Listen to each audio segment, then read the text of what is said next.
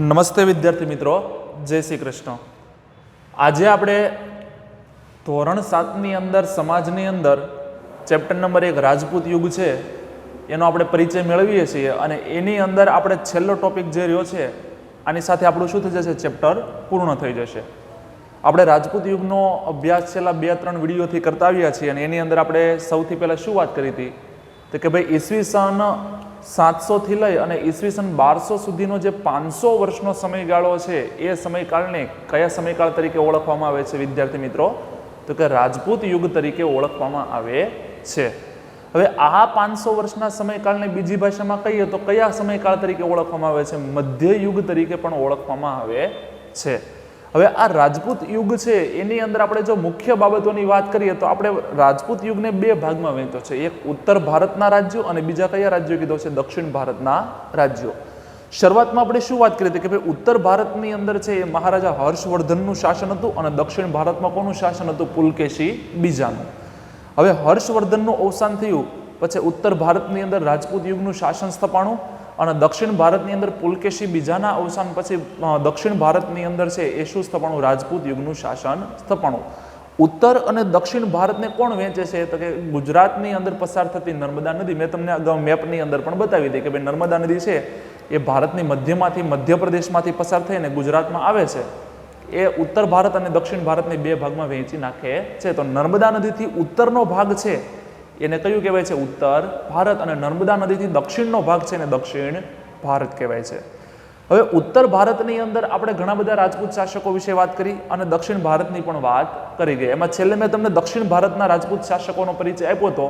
એમાં ખાસ કરીને ચાલુક્ય વંશની વાત કરી હતી, વેંગીના ચાલુક્ય છે, કલ્યાણીના ચાલુક્ય છે, તો આ ચાલુક્ય વંશની વાત કરી હતી, વાતાપીના ચાલુક્યની વાત કરી હતી આપણે। આ ઉપરાંત કોની આપણે વાત કરી હતી? પલ્લવ વંશની વાત કરી હતી કે જેની સ્થાપના બપ્પદેવે કરી હતી, બરોબર છે। ચોલ વંશ, તો ઘણા બધા આપણે શાસકોની વાત કરી ગયા। હવે આપણે વાત કરવાની છે રાજપૂત યુગની, શું કરવાની છે? શાસન વ્યવસ્થા, કે એ સમયે કઈ રીતે શાસન ચાલતું હતું, રાજ્યની અંદર કઈ રીતે વ્યાપાર થતો હતો, રાજાની પસંદગી કઈ રીતે થતી હતી, રાજાઓ વિશે આપણે વાત કરી, રાજાના રાજ્યો વિશે આપણે વાત કરી। હવે એની શાસન વ્યવસ્થાનો આ વિડીયોની અંદર આપણે અભ્યાસ કરવાનો છે। આ શાસન વ્યવસ્થાનો આપણે અભ્યાસ કરશું અને એની સાથે ભારતની અંદર એ સમયે જે વિદેશી આક્રમણો થયા એની આપણે વાત કરશું અને પછી આ ચેપ્ટરને આપણે શું કરી દઈશું વિદ્યાર્થી મિત્રો? અહીંયા પૂર્ણ કરી દઈશું। તો રાજપૂત યુગની જ્યારે શાસન વ્યવસ્થાની વાત આવે તો બહુ જ સારામાં સારી શાસન વ્યવસ્થા કોની હતી? તો કે રાજપૂત યુગની અંદર હતી। મોટા ભાગે તમે એવું જોયું છે કે રાજાનો પુત્ર છે, રાજાનો પુત્ર એટલે કયો પુત્ર? તો કે જ્યેષ્ઠ પુત્ર। જ્યેષ્ઠનો મતલબ થાય મોટો પુત્ર, એ શું બનતો હોય છે? રાજા બનતો હોય છે। પરંતુ રાજપૂત યુગની બાબત કરીએ તો રાજપૂત યુગમાં શું જોવા મળે છે? તો તમને કીધું છે કે રાજાનું પદ છે, રાજાનું પદ સૌથી પહેલા કેવું કીધું છે? વંશ પરંપરાગત, એટલે કે રાજા હોય એનો જ છોકરો શું બનતો હતો? રાજા બનતો હતો। એને શું કહેવાય? વંશ પરંપરાગત, બરોબર છે। અત્યારે આપણે વાત કરીએ તો કે ઘણા દેશોની અંદર વારસાગત છે એ કહેવાય ને કે શાસન વ્યવસ્થા જોવા મળે છે। તમે યુરોપની અંદર તમે વાત કરીએ તો યુરોપની અંદર, ઇંગ્લેન્ડની અંદર આજે પણ કહેવાય ને કે ભાઈ વંશ પરંપરાગત શાસન વ્યવસ્થા જોવા મળે છે, બરોબર છે। પણ ભારતની જો વાત કરીએ તો ભારતની અંદર વંશ પરંપરાગત શાસન વ્યવસ્થા છે નહીં, કારણ કે આપણને ખબર છે કે ભારતની અંદર રાષ્ટ્રપતિ છે, ભારતના વડાપ્રધાન છે, એની ભારતના લોકો દ્વારા શું થાય છે? ચૂંટણી દ્વારા પસંદગી થાય છે। પણ રાજપૂત યુગની આપણે વાત કરીએ તો રાજાનું પદ કેવું કીધું છે તમને? વંશ પરંપરાગત, કે રાજાનો પુત્ર જ રાજા બનતો હતો। પણ અહીંયા વંશ પરંપરાગતમાં બીજી બાબત શું કીધી છે તમને? કે રાજાનો જ્યેષ્ઠ પુત્ર, જ્યેષ્ઠ એટલે મોટો, એ રાજા બને એવું હતું નહીં। શું કરતા? તો કે રાજા કોઈ એક પુત્ર છે એને યુવરાજ બનાવતા અને એ સમય જતા શું બનતો હતો? તો કે રાજા બનતો હતો। જો તમને કહે છે કે રાજા કોઈ એક પુત્ર છે એને પહેલા શું બનાવતા હતા? યુવરાજ બનાવતા હતા અને યુવરાજ છે એ જ્યારે સમય આવે ત્યારે શું બનતો હતો? તો કે રાજા બનતો હતો। રાજાનું કોઈ યુદ્ધ દરમિયાન અવસાન થયું હોય અથવા તો રાજા કહેવાય ને કે પોતાના રાજ્ય કારભારમાંથી નિવૃત્ત થવા માંગતો હોય, સ્વેચ્છાએ પોતાને કહેવાય ને કે પુત્રને રાજ્ય આપી દેવા માંગતો હોય, તો એવા સમયે યુવરાજને રાજા બનાવી દેવામાં આવતો હતો। પણ આ યુવરાજ કોણ હોય? જ્યેષ્ઠ પુત્ર હોય એવું જરૂરી હતું નહીં, નાનો પુત્ર પણ હોઈ શકે। કહેવાનો મતલબ એમ છે કે યુવરાજ એવો જ હોઈ શકે જેની અંદર સંપૂર્ણપણે કહેવાય ને કે તમામે તમામ શું હોય એની પાસે? લાયકાત હોય. શું હોય? લાયકાત. રાજા થવા માટેની એની પાસે શાસ્ત્રોનું જ્ઞાન હોય, યુદ્ધનું કૌશલ્ય હોય. એક રાજા છે તો રાજાની પાસે કયા કયા ગુણ હોવા જોઈએ, પ્રજા પ્રત્યે એનો શું કહેવાય ને કે ભાઈ જવાબદારી છે એની એને ભાન હોવી જોઈએ. બરોબર છે. તો એવો જે પુત્ર હોય એને શું બનાવતા? એ યુવરાજ બનાવતા. અને યુવરાજ બનાવ્યા પછી એ સમય જતાં શું બનતો હતો કે રાજાનું પદ સ્વીકાર કરતો હતો. તો રાજપૂત યુગની અંદર એક બહુ મહત્વની બાબત કે જ્યેષ્ઠ પુત્ર જ રાજા બને એવું હતું નહીં. પેલા યુવરાજ બનાવતા અને યુવરાજને શું બનાવતા? રાજા બનાવતા. પણ યુવરાજ પાછો કેવો? જો યોગ્ય હોય તેવો. તો આ એક બહુ મહત્વની બાબત છે. જો તમને કીધી છે કે ભાઈ તમને કીધી છે કે કાશ્મીરના રાજા યશસ્કર, કોની વાત કરી છે? કાશ્મીરના રાજા યશસ્કર. આ યશસ્કરની પસંદગી કોણે કરી હતી? તો કે બ્રાહ્મણોએ કરી હતી. એટલે રાજાને પસંદ કરવા માટે જો અહીંયા લોકો કીધા છે અથવા તો રાજદ્વારી, રાજના દરબારી એ રાજાની ચૂંટણી કરતા અને એની શું કરતા હતા? પસંદગી કરતા હતા. કાં તો રાજાની પસંદગી લોકો દ્વારા થાય અને કાં તો એના રાજની અંદર રહેલા દરબારીઓ દ્વારા, ક્યારેક ક્યારેક બ્રાહ્મણો દ્વારા પણ રાજાની શું થતી હતી? પસંદગી થતી હતી. તમને કાશ્મીરના રાજા કોનું ઉદાહરણ આપ્યું છે? યશસ્કરનું ઉદાહરણ આપ્યું છે. ગુજરાતની અંદર સોલંકી વંશના રાજા કુમારપાળ છે. કુમારપાળ થઈ ગયા તો એ કુમારપાળની પસંદગી પણ રાજ્યના દરબારીઓએ કરી હતી. તમને આમાં ઉલ્લેખ નથી આપ્યો, પરંતુ કુમારપાળની પસંદગી પણ કોણે કરી હતી? તો કે રાજના દરબારીઓ દ્વારા કરવામાં આવી હતી. હવે આગળ જોઈએ, આ રાજાની વાત થઈ કે રાજપૂત યુગમાં રાજા કેવી રીતે બનતો હતો. બરાબર છે. આ રાજપૂત યુગની વાત એટલે ઈસવીસન ક્યાંની? તો કે 700 થી 1200. આ વસ્તુ તમારે ખાસ ધ્યાનમાં રાખવાની. 500 વર્ષના સમય, આ બધી સમયગાળો છે 500 વર્ષના સમયગાળાની, જેને આપણે કયા યુગ તરીકે ઓળખીએ છીએ? મધ્ય યુગ. આની આપણે વાત કરીએ છીએ. હવે વાત કરી છે, શું વાત કરી છે? કે મંત્રીઓ વિશે. એ સમયે મંત્રી છે એ બે પ્રકારના હતા. કેટલા પ્રકારના હતા? બે પ્રકારના. એકનું નામ હતું અમાત્ય અને બીજાનું નામ શું હતું? સચિવ. બરોબર છે. અમાત્ય અને સચિવ, આ બે પ્રકારના મંત્રીઓ એ સમયે જોવા મળે છે. એમાં અમાત્ય છે એ શું કામ કરતા હતા? તો જો તમને કહે છે કે ભાઈ મંત્રણા કરવાનું કામ, રાજાની સાથે કોઈ પણ નિર્ણય લેવા માટે મંત્રણા કરવાની હોય, રાજ દરબારની અંદર કોઈ મંત્રણા કરવાની હોય તો એ મંત્રણા કરવાનું કામ અને રાજનીતિ કરવાનું કામ. રાજ્યની અંદર રાજનીતિ છે એ સૌથી મોટો વિષય છે. બરોબર છે. કારણ કે રાજનીતિને આધારે જ આખા રાજ્યનું શું ચાલતું હોય છે? શાસન ચાલતું હોય છે. કે રાજાએ કેવા સમયે કેવો નિર્ણય લેવો, આ બધું રાજનીતિની અંદર આવે. તો અમાત્યનું કામ શું હતું? તો કે રાજાની સાથે મંત્રણા કરવાનું કામ, રાજાની સાથે જોડાયેલા બીજા કહેવાય ને કે અલગ અલગ સુબેદારો હોય તો એની સાથે મંત્રણા કરવાનું કામ. એક કડી જેવું કાર્ય. કેની જેવું કાર્ય? કડી. કે રાજાની અને પ્રજાની સાથે રાજાને જોડવાનું કામ, રાજનીતિ કરવાનું કામ એ કોણ કરતા હતા? અમાત્ય કરતા હતા. જો આપણે કોના પ્રકાર જોઈએ છે? મંત્રીના પ્રકાર. બે પ્રકારમાં વહેંચાતા. બીજું કીધું છે સચિવ. સચિવનું કામ શું હતું? તો કે લડાઈ બાબતે અને સુલેહ અને સંધિ કરવાનું કામ કોણ કરતા હતા? સચિવ કરતા હતા. જ્યારે કોઈ બીજા રાજા ઉપર આક્રમણ થવાનું હોય, રાજાનું શાસન ચાલે છે ને એની પર કોઈ બીજો રાજા જ્યારે આક્રમણ કરવા માટે આવે છે તો લડાઈ કરવી કે ન કરવી, લડાઈ કરવાથી કયા કયા ફાયદા છે અને કયા કયા ગેરફાયદા છે, આ લડાઈની અંદર શું આપણને જીત મળશે કે કેમ, આપણી પાસે કેટલો શસ્ત્ર સરંજામ છે, આપણી પાસે કેટલા સૈનિકો છે. જો લડાઈ નથી કરવી તો એ રાજાની સાથે શું કરી લેવી છે? સંધિ કરી લેવી છે.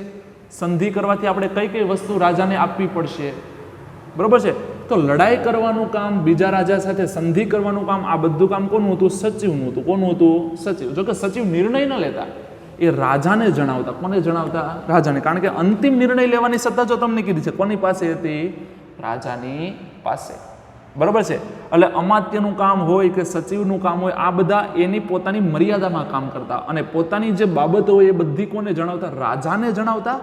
અને પછી રાજા છે સર્વસંમતિથી બધાની પાસેથી પોતાના વિચારો જાણી અને રાજા શું લેતો હતો? નિર્ણય લેતો હતો. તો રાજપૂત યુગની અંદર અંતિમ નિર્ણય લેવાની સત્તા કોની પાસે છે? રાજાની પાસે. હવે આ ઉપરાંત બીજા કયા કયા હોદ્દાઓ હતા? આપણે અમાત્યની વાત કરી, સચિવની વાત કરી, તો બીજા પ્રતિહાર, દંડનાયક, નગરપતિ, આ વગેરે જેવા હોદ્દાઓ હતા. બરોબર છે. પ્રતિહારની તમને વાત કરી છે, મહાપ્રતિહાર. દંડનાયક જે દંડ દેવાનું કામ કરે. પ્રતિહાર એટલે ખાસ કરીને દ્વારપાળનો જે વડો હોય એને પ્રતિહાર કહેવાય. દંડનાયક અને નગરપતિ. બરોબર છે. જે નગરની કહેવાય ને કે રક્ષા કરતો હોય એને શું કહેવાય? નગરપતિ. કારણ કે એ સમયે રાજા હોય તો એનું રાજ્ય નાના નાના નગરોની અંદર વહેંચાયેલું હોય, તો એ નાના નાના નગરોનો જે વહીવટ કરતો હોય એને શું કહેવાય? નગરપતિ. બરોબર છે. તો નગરનો વહીવટ કરતો હોય એને નગરપતિ કહેવાય. તો એ નગરપતિ છે વગેરે જેવા હોદ્દાઓ એ સમયે જોવા મળે છે. તો મુખ્ય હોદ્દાઓની વાત કરીએ તો એક અમાત્યની વાત કરી છે, સચિવની વાત કરી છે જે રાજાના મંત્રીઓ છે, પ્રતિહારની વાત કરી છે, દંડનાયકની વાત કરી છે, અને કોની વાત કરી છે? નગરપતિની છે એ વાત કરી છે. હજી તમને વાત કરી છે ગામડાઓની. કોની વાત કરી છે? ગામડાઓની. કે રાજપૂત યુગ દરમિયાન ગામડાઓમાં શું સ્થિતિ હતી? તો એ સમયે ગામડાઓનું મહત્વ છે કેવું હતું? વધારે હતું. કેવું હતું? મહત્વ વધારે. બરોબર છે. શા માટે? તો તમને કીધું જો કે ગામડું છે ને એનું સંચાલન કોના દ્વારા થતું હતું? ગ્રામ પંચાયતો દ્વારા. આજે પણ ગ્રામ પંચાયતો દ્વારા થાય છે. બરોબર છે. ગામડાનું સંચાલન. તો રાજપૂત યુગની અંદર પણ ગામના સંચાલન માટે ગ્રામ પંચાયતની રચના કરવામાં આવી હતી. અને આ ગ્રામ પંચાયતની કહેવાય ને કે ભાઈ ઠેઠ મુઘલ કાળ સુધી. કયા કાળ સુધી? મુઘલ કાળ સુધી. મુઘલ કાળ સુધી એનું શું હતું? તો કે અસ્તિત્વ હતું. ત્યારબાદ પણ અસ્તિત્વમાં આવી છે. મુઘલોએ પણ આ ગ્રામ પંચાયતની વ્યવસ્થાને શરૂ રાખી હતી. અને ગ્રામ પંચાયત હોય એના વડાને શું કહેવામાં આવે? તો કે મુખી અથવા તો બીજું શું કીધું છે? સરપંચ. સરપંચ અને મુખી આ બંને એક જ થાય. બરોબર છે. તો મુખી અથવા તો સરપંચ કહેવામાં આવતા હતા, જે ગામનો શું કરતા હતા? એ સમયે વહીવટ કરતા હતા.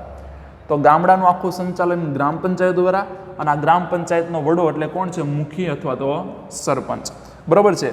અને આ મુખી અને સરપંચ છે ને એ ગામની અંદર કોઈ પણ વિદ્યાર્થી મિત્રો ઘટના જ્યારે બની હોય, ગામની અંદર કોઈ ઝઘડો થયો હોય, ગામની અંદર બીજી કોઈ બાબત હોય, તો નાના મોટા નિર્ણય લેવાની સત્તા પણ કોની હતી? તો કે મુખી અને સરપંચોની હતી. ઘણીવાર એ શું આપતા હતા? ન્યાય પણ આપતા હતા. ગામડાના નાના નાના પ્રશ્નોનું સોલ્યુશન લાવવાનું કામ કોનું છે? મુખી અને સરપંચનું. આજે પણ ગામની અંદર કોઈ પણ પ્રકારનો કોઈ પણ ગામમાં ઝઘડો થયો હોય એટલે ગામના લોકો કોની પાસે જાય? સરપંચની પાસે જાય. સરપંચ છે ગ્રામ પંચાયત બોલાવે, ગ્રામ પંચાયતના સભ્યો બેસે, સરપંચ બેસે અને બંને પક્ષને બોલાવે જેની વચ્ચે ઝઘડો થયો છે એને. અને બંને પક્ષોનું સમાધાન કોણ કરે? તો કે ભાઈ પંચાયતના સભ્યો સાથે ચર્ચા વિચારણા કરી અને સરપંચ કરે. બરોબર છે. તો એ સમયે મુખી એટલે કે સરપંચ એ નિર્ણય આપતા હતા, ન્યાય પણ આપતા હતા. પણ મહત્વની વાત વિદ્યાર્થી મિત્રો એ છે કે રાજ્યતંત્રની અંદર કોઈ પણ બાબત હોય એટલે એનો ન્યાય કોને આપવાનો હોય? રાજાને. કારણ કે અંતિમ નિર્ણય લેવાની સત્તા કોની પાસે છે? રાજા. નાના નાના નિર્ણયો આ લોકો લઈ શકે, પણ રાજ્યને લગતો કોઈ મોટો નિર્ણય હોય અથવા તો એવો નિર્ણય હોય કે જેનાથી રાજા છે, બરોબર છે, અને એના રાજ્યને કંઈક બાબત અસર કરે છે, તો એ નિર્ણય કોણ લે? તો કે રાજા પોતે જ લે. તો આ લોકોની સત્તા એના પૂરતી જ મર્યાદિત હતી, ગામડાઓ પૂરતી જ મર્યાદિત હતી. બાકી રાજ્યનો નિર્ણય લેવાની સત્તા તો કોની પાસે હતી? તો કે રાજાની પાસે જ હતી. તો આ ખાસ કરીને તમને વાત કરી છે એની કોની વ્યવસ્થાની? તો કે એનું મંત્રીમંડળ કેવું હતું, આ ઉપરાંત એ સમયે કયા કયા હોદ્દાઓ હતા અને ગામડાઓનો વહીવટ કેવી રીતે થતો હતો. તો અમાત્ય, સચિવ જે મંત્રીઓની વાત કરી છે, પ્રતિહાર, દંડનાયક, નગરપતિ જે રાજ્યના કહેવાય ને કે ભાઈ મહત્વના હોદ્દાઓ હતા, અને ગામડાઓની અંદર મુખી અને સરપંચ આ ગામડાઓની જવાબદારી સંભાળતા હતા. પણ આ બધાની બાબતની અંદર એક મહત્વની બાબત એ છે કે રાજા છે એ મુખ્ય છે, કારણ કે કોઈ પણ નિર્ણય લેવો છે તો અંતિમ કોણ લેતો હતો? રાજા લેતો હતો. હવે રાજપૂત યુગ દરમિયાન એ સમયે વેપારની આપણે વાત કરીએ કે વેપાર વ્યવસ્થા કઈ રીતની હતી.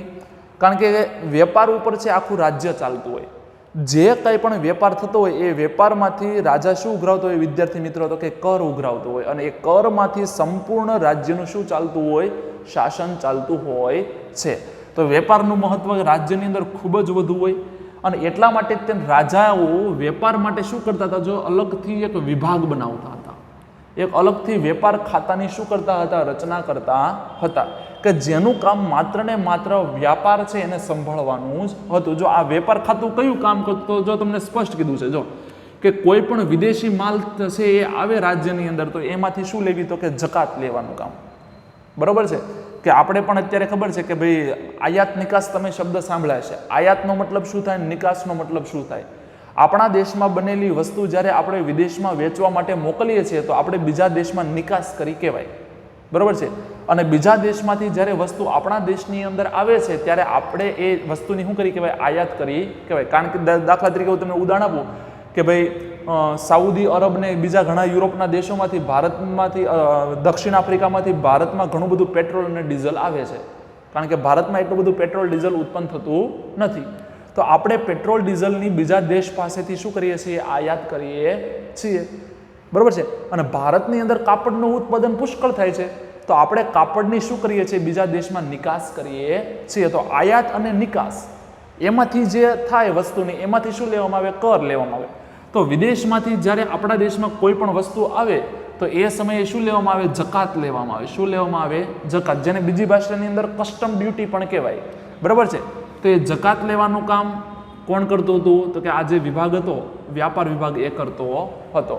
કે જ્યારે વિદેશમાંથી કોઈ પણ વસ્તુ ભારતની અંદર આવતી ત્યારે જે રાજાની હેઠળ જે વિસ્તાર આવતો હોય એ વિસ્તારના વેપાર વિભાગ એની ઉપરથી જકાત લઈ લે અને રાજાને જકાત પહોંચાડી દે.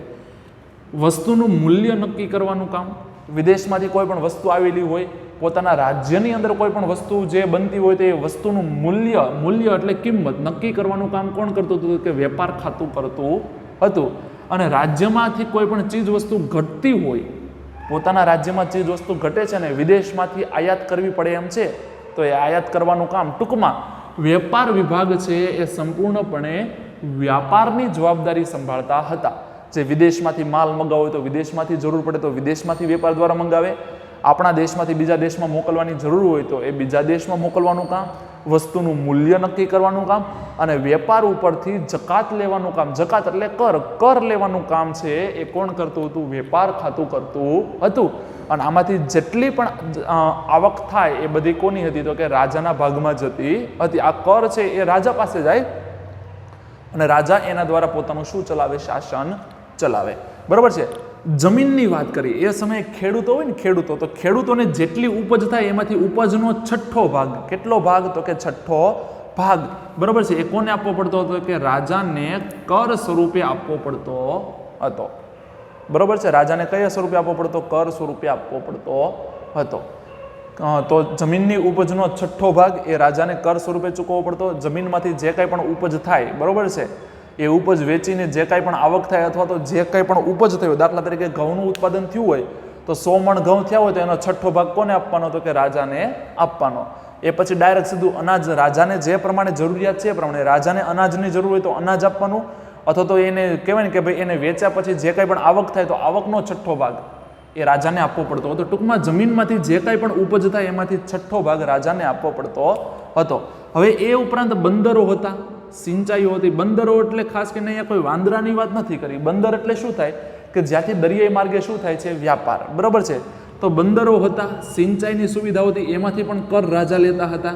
એ સમયે બંદર છે એ કયા કયા બંદરની? જો તમને 2 બંદરોની વાત કરી છે. એક કીધું છે સ્તંભ તીર્થ અને બીજું કયું કીધું છે? ભૃગુ કચ્છ. બરાબર છે. સ્તંભ તીર્થ અને ભૃગુ કચ્છ. સ્તંભ તીર્થ એનું અત્યારે હાલમાં નામ શું છે? ખંભાત. શું નામ છે? ખંભાત. અને ભૃગુ કચ્છ એનું હાલમાં નામ શું છે? ભરૂચ. શું નામ છે? ભરૂચ.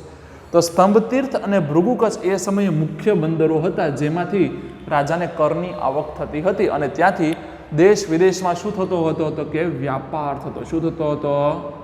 વ્યાપાર થતો હતો અને રાજાને એમાંથી કરની આવક થતી હતી. સ્તંભ તીર્થ એટલે ખંભાત.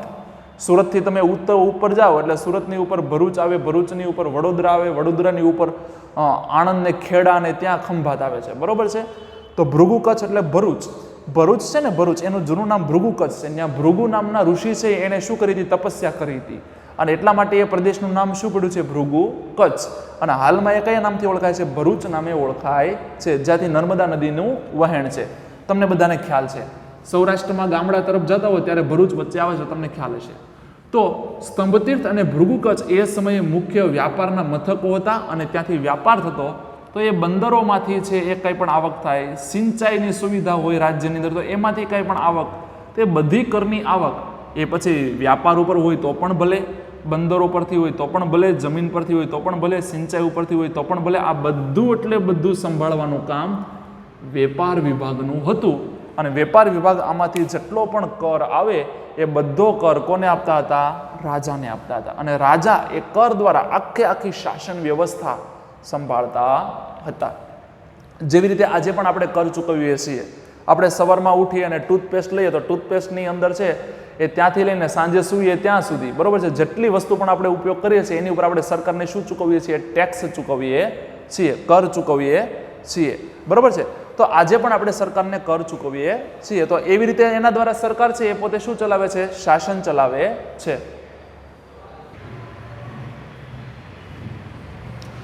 તો હવે આપણે જે આગળ વાત કરવાની છે શેને વિશે વાત કરવાની છે, તો કે ભારત પર થયેલા વિદેશી આક્રમણો વિશે, બરોબર છે. આપણે કોની વિશે વાત કરી ગયા? રાજાની શાસન વ્યવસ્થાની અંદર, તો કે રાજાનું પદ કેવી રીતના હતું, રાજાની અંદર કયા કયા અધિકારીઓ અને કયા કયા કામ કરતા હતા, રાજાની એ સમયની રાજ્ય વ્યવસ્થા કેવી હતી, એની માટે વ્યાપારની અંદર આપણે વાત કરી કેવી રીતે એનો વ્યાપાર થતો, કેવી રીતે કર ઉઘરાવવામાં આવતો હતો. હવે આપણે વાત કરવાની છે ભારત પરના વિદેશી આક્રમણો. આપણે અગાઉ તમને ખબર હતી ચેપ્ટરની શરૂઆત થઈ ત્યારે એક વાક્ય જોયું હતું કે રાજપૂત યુગ દરમિયાન આ જે 500 વર્ષનો તમને જે સમયગાળો થયો છે એ સમયગાળાની અંદર ઘણા બધા વિદેશી આક્રમણો ભારતની ઉપર થયા, અને એ સમયે વિદેશી આક્રમણને બચાવવાનું જો કોઈ કામ કર્યું હોય તો કોણે કર્યું છે, તો કે રાજપૂત યુગ દરમિયાન રાજપૂત રાજાઓએ કર્યું છે, બરાબર છે. આ 500 વર્ષની અંદર ભારતને વિદેશી આક્રમણોથી કોણે બચાવ્યું, તો કે રાજપૂત રાજાઓએ બચાવ્યું. તો હવે આ સમય દરમિયાન કયા કયા આક્રમણો થયા છે, બરાબર છે. તો અહીંયા તમને કીધું છે કે 8મી સદીથી 12મી સદીની વચ્ચે ભારતની અંદર જો આક્રમણો થયા હોય તો કયા આક્રમણો થયા છે? મુસ્લિમ શાસકોએ આક્રમણો કર્યા છે. કોણે આક્રમણો કર્યા છે? મુસ્લિમ શાસકોએ, બરાબર છે. ભારતની અંદર વાયવ્ય સરહદેથી, કઈ સરહદેથી તમને કીધા છે? જો તમને કીધું છે વાયવ્ય સરહદે, ખાસ કરીને તમને કોની વાત કરી છે, તો કે ઇબ્ન કાસિમ. કોની વાત કરી છે? ઇબ્ન કાસિમ. અને સબુકતેગી, કોની વાત કરી છે? સબુકતેગી. આના આક્રમણો ભારતની ઉપર થયા છે. કઈ સરહદેથી કીધું છે? વાયવ્ય સરહદેથી. હવે તમને ખ્યાલ આવે કે વાયવ્ય સરહદ એટલે કઈ સરહદ? તો ખાસ કરી અને ભારતની જે સીમા છે એમાં જે આવેલો પાકિસ્તાન જે વિસ્તાર છે એ સરહદ, બરાબર છે. હું ખાસ કરીને તમને બતાવવાનો પ્રયત્ન કરું તો કે ભાઈ આ ગુજરાતની છે અને ત્યાંથી લઈ અને આ રાજસ્થાનની સીમા છે, બરાબર. અહીંયા છે આ જમ્મુ કાશ્મીર રાજ્ય છે ભારતનું.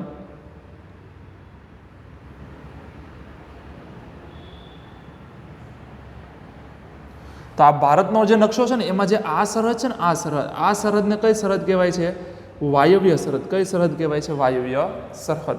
તો આ સરહદ ઉપરથી અહીંયા જે આરબ દેશો આવેલા છે, અહીંયા તમને ખ્યાલ હોય તો દક્ષિણ આફ્રિકા આખો ખંડ આવેલો છે, બરોબર છે. આ દક્ષિણ આફ્રિકા જે આખો ખંડ છે એની ઉપર જે આવેલા બાજુમાં આવેલા બધા દેશો, આ યુરોપ ખંડ, બરોબર છે. એક જ મિનિટ.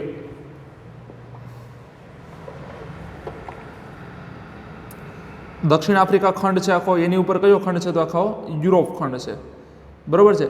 તો આ જે વાયવ્ય સરહદ છે, વાયવ્ય સરહદ, આ સરહદ અહીંયાથી બધા છે ભારતની ઉપર શું થયા છે? વારે વારે આક્રમણો થયા છે, અને ભારતની અંદર સત્તા મેળવવા માટેના શું થયા? પ્રયત્નો થયા છે. કહેવાનો મતલબ એમ કે આ જે સરહદ તમને કીધી છે વાયવ્ય સરહદથી ભારત પર શું થયા છે? આક્રમણો થયા છે.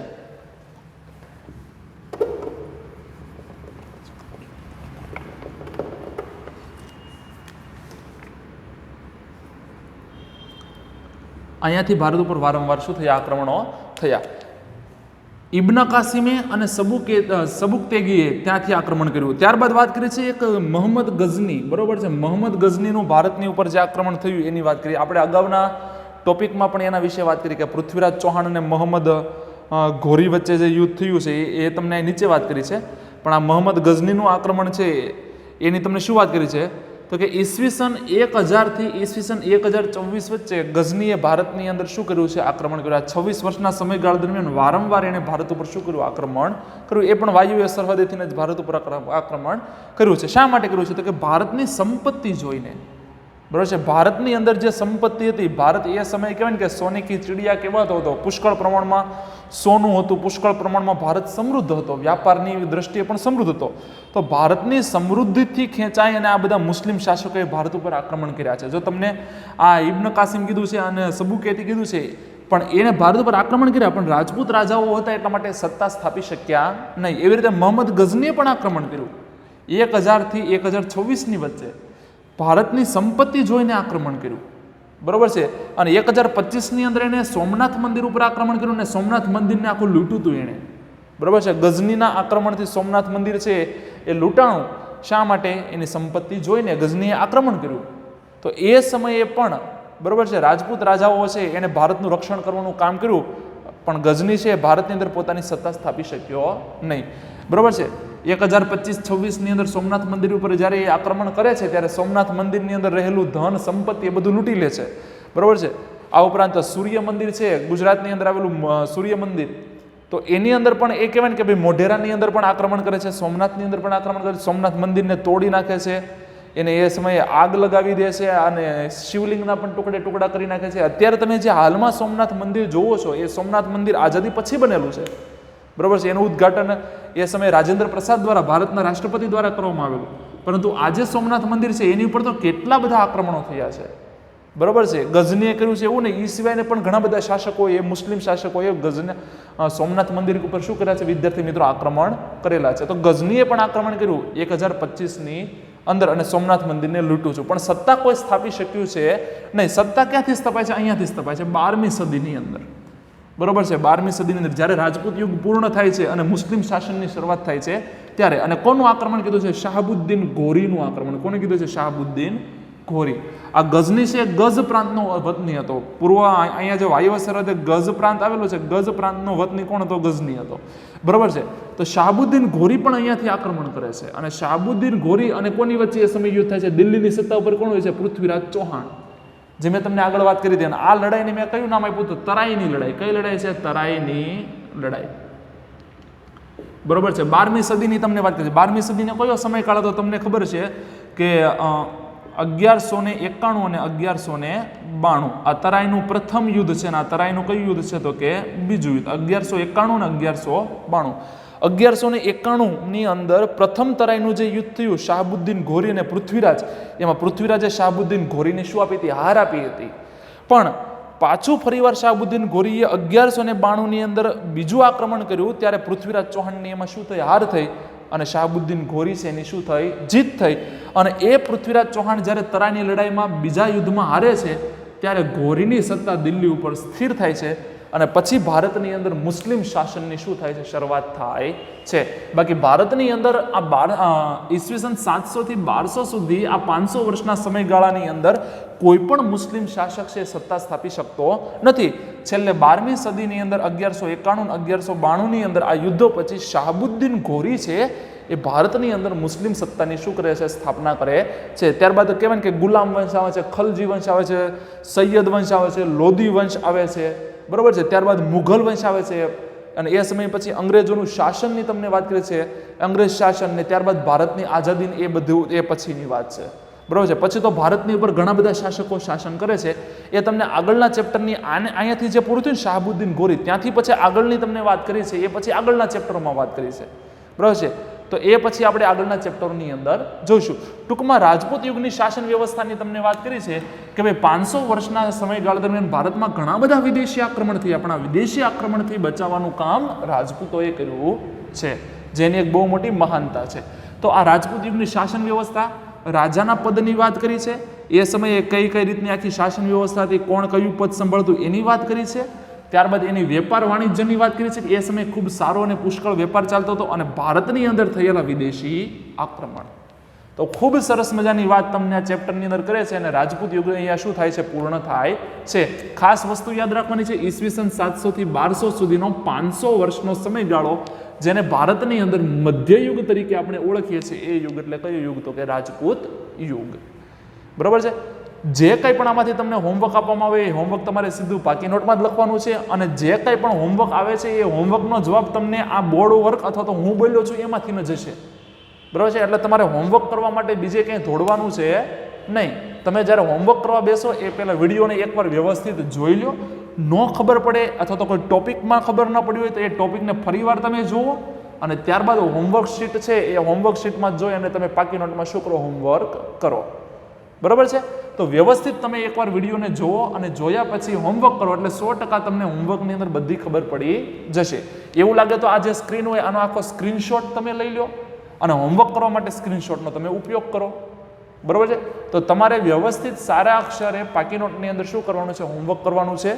અને જે પ્રમાણે આ ચેપ્ટર પૂરું કર્યું છે, હવે નેક્સ્ટ વિડીયોની અંદર આપણે એક નવા ચેપ્ટરની શરૂઆત કરીશું. ઇતિહાસનું આ ચેપ્ટર પૂરું થયું, હવે આપણે કહેવાય ને કે બીજા અન્ય ચેપ્ટર તરફ જઈશું, એ નેક્સ્ટ વિડીયોની અંદર જોઈશું. તો આજે અહીંયા સુધી રાખીએ. તો આ હોમવર્ક એક વ્યવસ્થિત તમે કરી નાખજો. અસ્તુ.